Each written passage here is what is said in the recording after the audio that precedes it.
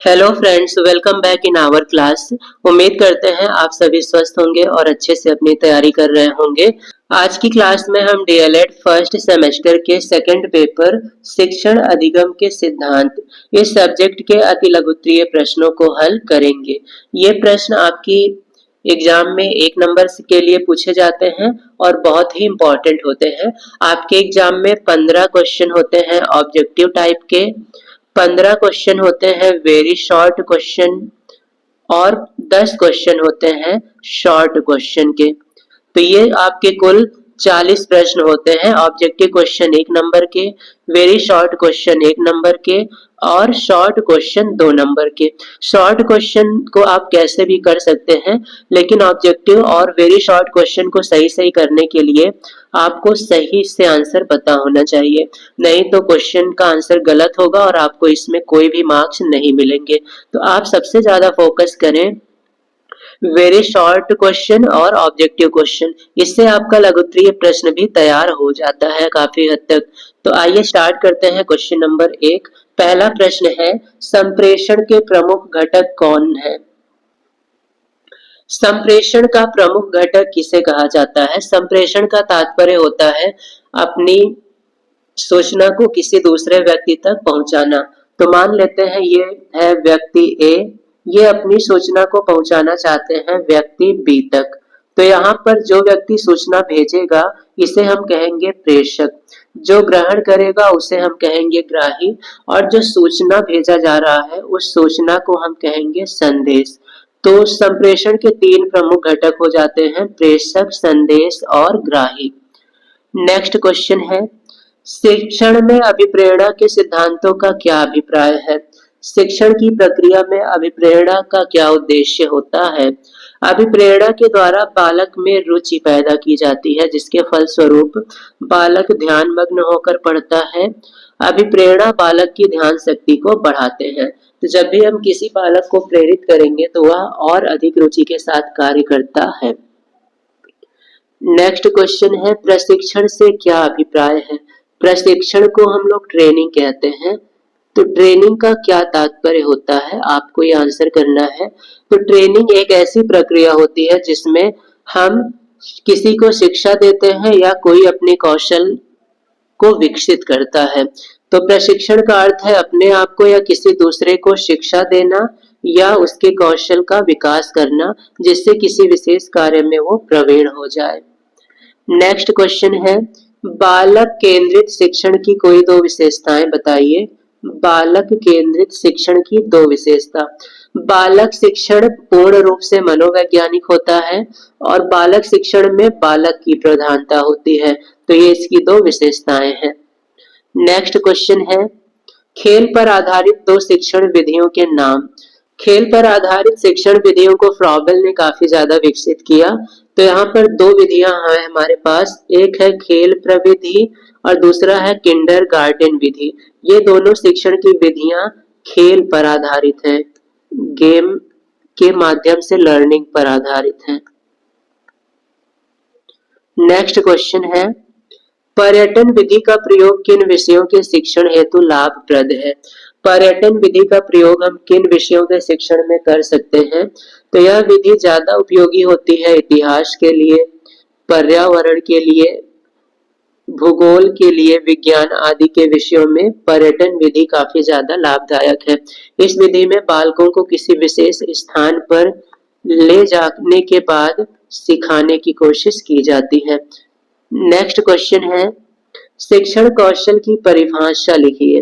तो ऐसे क्वेश्चन आपके एग्जाम में अक्सर पूछे जाते हैं। तो यहाँ पर आपको किसी एक साइंटिस्ट की परिभाषा लिखनी है। कोशिश करें अपने से परिभाषा लिखने से बचें। तो डमविल के अनुसार एक शिक्षण कौशल को दूसरे शिक्षण कौशल से समायोजित या प्रयोग को समन्वय कहते हैं।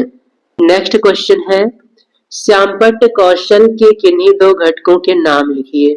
श्यामपट्ट कौशल के कुछ घटक हैं। पहला घटक है अक्षर स्पष्ट होने चाहिए, अक्षरों के बीच पर्याप्त स्थान होना चाहिए, शब्दों के बीच पर्याप्त स्थान होना चाहिए, अक्षरों का आकार इस प्रकार से होना चाहिए कि कक्षा के अंत में बैठे विद्यार्थी भी स्पष्ट रूप से देख सकें।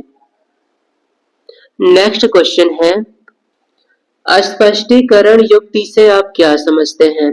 अस्पष्टीकरण से क्या तात्पर्य है? स्पष्टीकरण एक प्रकार का वर्णन होता है। स्पष्टीकरण के द्वारा विद्यार्थी या शिक्षक अपने विचार स्पष्ट करते हैं। यह एक कला है जो विचारों को स्पष्ट करने में हेल्पफुल होती है, सहायक होती है। नेक्स्ट क्वेश्चन है, पुनर्बलन कौशल का क्या उद्देश्य है? पुनर्बलन कौशल क्या है या फिर पुनर्बलन कौशल कितने प्रकार का होता है? ये क्वेश्चंस आपके एग्जाम के लिए इंपॉर्टेंट है। पुनर्बलन कौशल आनंदवादी सिद्धांत पर आधारित है और अनुक्रिया की संख्या में वृद्धि करना इसका उद्देश्य है। इसका उद्देश्य छात्र की अभिप्रेरणा और क्रियाशीलता को बढ़ाना है। नेक्स्ट क्वेश्चन है, पुनर्बलन कितने प्रकार का होता है? पुनर्बलन कितने प्रकार के होते हैं? पुनर्बलन दो प्रकार का होता है, पहला धनात्मक या सकारात्मक और दूसरा ऋणात्मक या नकारात्मक। धनात्मक या सकारात्मक पुनर्बलन बालक को आगे बढ़ाता है और ऋणात्मक या नकारात्मक पुनर्बलन उसके विकास को अवरुद्ध कर देते हैं, विकास की गति को धीमा करते हैं। नेक्स्ट क्वेश्चन है, सूक्ष्म शिक्षण को परिभाषित कीजिए। सूक्ष्म शिक्षण से क्या तात्पर्य है? एलन के अनुसार सूक्ष्म शिक्षण से तात्पर्य शिक्षण प्रक्रिया के उस सरलीकृत लघु रूप से है जिसे थोड़े छात्रों वाली कक्षा के सामने अल्प समय में संपन्न किया जाता है।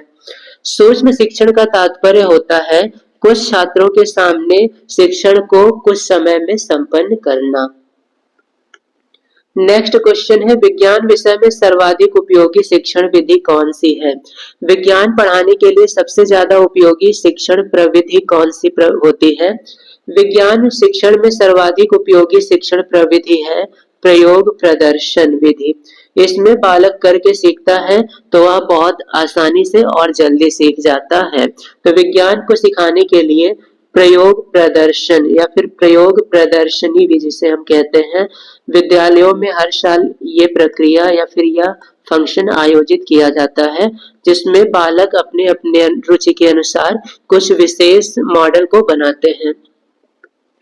नेक्स्ट क्वेश्चन है, अपेक्षित अधिगम स्तर का शाब्दिक अर्थ बताइए। अपेक्षित अधिगम स्तर, इसमें तीन शब्द हैं, अपेक्षित, अधिगम और स्तर। अपेक्षित का तात्पर्य है ज्ञात करना, अधिगम का तात्पर्य है सीखना और स्तर का तात्पर्य है बालकों की उपलब्धि का स्तर। नेक्स्ट क्वेश्चन है, संप्रेषण की परिभाषा दीजिए। संप्रेषण की परिभाषा, संप्रेषण का मतलब होता है एक व्यक्ति अपनी सूचना को किसी दूसरे व्यक्ति तक पहुंचाता है।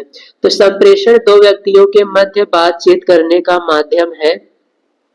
दो व्यक्तियों के मध्य भावों, विचारों तथा अन्य तथ्यों का आदान प्रदान संप्रेषण कहलाता है। जो व्यक्ति सूचना देता है वो प्रेषक कहलाता है। जो व्यक्ति सूचना को ग्रहण करता है वो ग्राही कहलाता है। जो सूचना हम भेजते हैं वह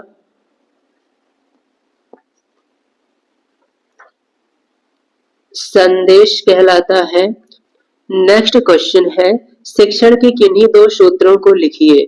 शिक्षण के दो सूत्र, सबसे अधिक महत्वपूर्ण शिक्षण के दो सूत्र हैं, पहला सरल से जटिल की ओर और दूसरा ज्ञात से अज्ञात की ओर।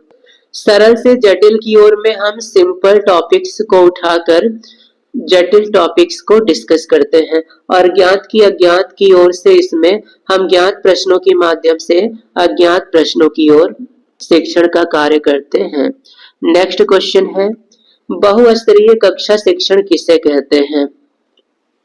या बहुस्तरीय कक्षा शिक्षण का अर्थ स्पष्ट कीजिए।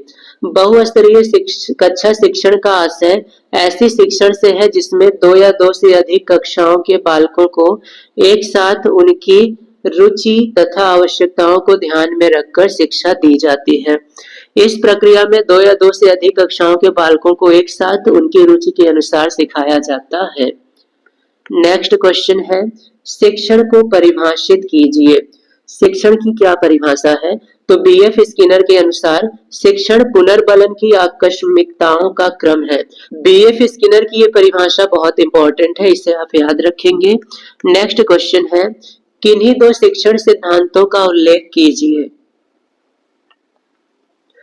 दो शिक्षण सिद्धांत निम्नवत है। पहला है रुचि का सिद्धांत, इसमें रुचि के अनुसार शिक्षण कार्य किया जाता है। और दूसरा क्रियाशीलता या करके सीखना, इसमें बालक करके सीखने की कोशिश करता है। नेक्स्ट क्वेश्चन है, प्रकृति का अनुसरण सूत्र से आपका क्या तात्पर्य है? प्रकृति का अनुसरण, इस सूत्र से आप क्या समझते हैं? प्रकृति का अनुसरण, इसमें प्रकृति का अनुसरण करके प्रकृति को माध्यम बनाकर बालकों को शिक्षा प्रदान किया जाता है। प्रकृति में उपस्थित वस्तुओं के माध्यम से हम बालक को सिखाने की कोशिश करते हैं। तो ये थे डीएलएड फर्स्ट सेमेस्टर के सेकंड पेपर शिक्षण अधिगम के सिद्धांत के इम्पोर्टेंट अति लघुत्तरीय प्रश्न। उम्मीद करते हैं ये क्वेश्चंस आप सभी को अच्छे से समझ में आए होंगे। साथ ही साथ आप अगर इस सब क्लासेस के पीडीएफ प्राप्त करना चाहते हैं तो आप हमारे टेलीग्राम चैनल से प्राप्त कर सकते हैं। हमारी टेलीग्राम चैनल का नाम हमारे यूट्यूब चैनल के नाम पर ही है, maths basic concepts. Maths basic concepts, यही चैनल से आप पीडीएफ को प्राप्त कर सकते हैं और इस चैनल का लिंक आपको डिस्क्रिप्शन में मिल जाएगा। तो आप पीडीएफ प्राप्त कर लें और उसे अपने से सॉल्व करने की कोशिश किया करें।